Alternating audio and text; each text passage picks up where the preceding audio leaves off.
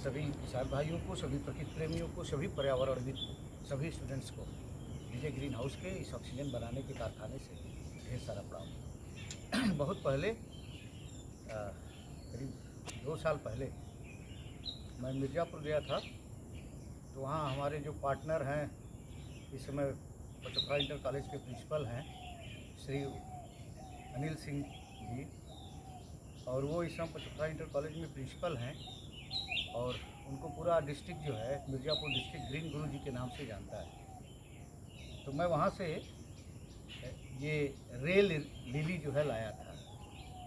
Rail lily इसका नाम है और इसको ग्रैंडीफ्लोरा, बोलिए, ग्रैंडीफ्लोरा और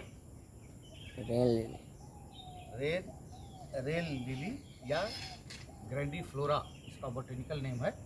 इसके नाम से इसको जानते हैं। मैं छोटा सा एक डिवीज़न मेथड से इसको 1-2 प्लांट्स में लाया था और आज मैं कई टोकरियाँ इसकी तैयार किया हूँ।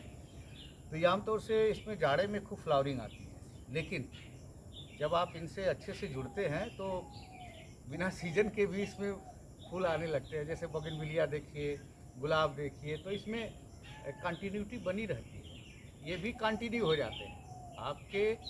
जब हमारा नेचर इनसे जुड़ता है ना, तो ये भी रॉ में चलने लगते हैं। यही है पढ़ना। तो जब हम इनको पढ़ना सीख जाते हैं तो ये हमारी बोली सीख जाते हैं कि इनको चाहिए क्या। तो ऐसा भी एक संबंध स्थापित हो जाता है।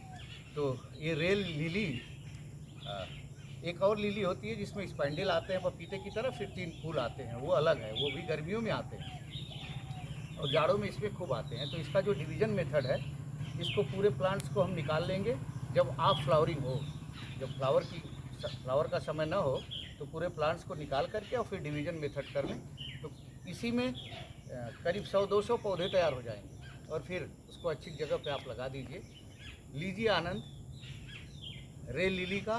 बहुत सुंदर लगता है जब इनके फूल खूब खिलते हैं। अभी तो बारिश हो गई है, थोड़ा फूल इसके कुछ मुरझा गए हैं। तो रेल लिली का भी आनंद लीजिए। इसका बोटेनिकल नेम ग्रैंडीफ्लोरा है। थोड़ा थोड़ा जब हम लोग करते हैं तो हमारा भी रिवीजन होने लगता है। यही स्पॉट है जो व्यक्ति को सिखा देता है और वही स्थान जहाँ से हमने यात्रा शुरू की। बहुत जगह मिल जाएगा, लेकिन वो विचार नहीं मिल पाएंगे, वो सानिध्यता नहीं मिल पाएगी।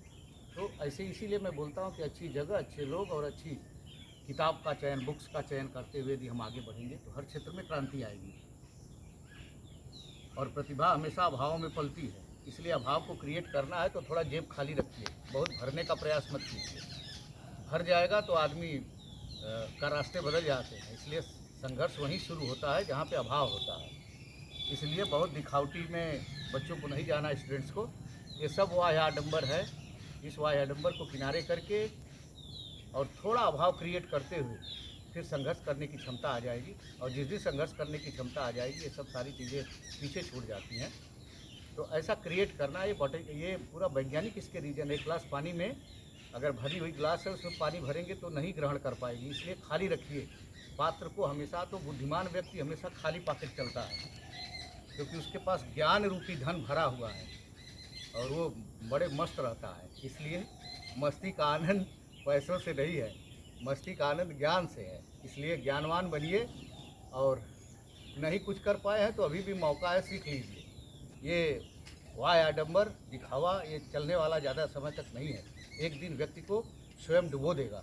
इसलिए मैं स्टूडेंट से आह्वान करता हूँ कि अच्छे बुक्स, अच्छे लोग और अच्छे स्थान का चयन करते हुए जब आप चलेंगे तो निश्चित रूप से आप आगे बढ़ते रहेंगे और आपके अंदर जो आत्मबल है, आत्मविश्वास है, वो अपने आप क्रिएट होता रहेगा।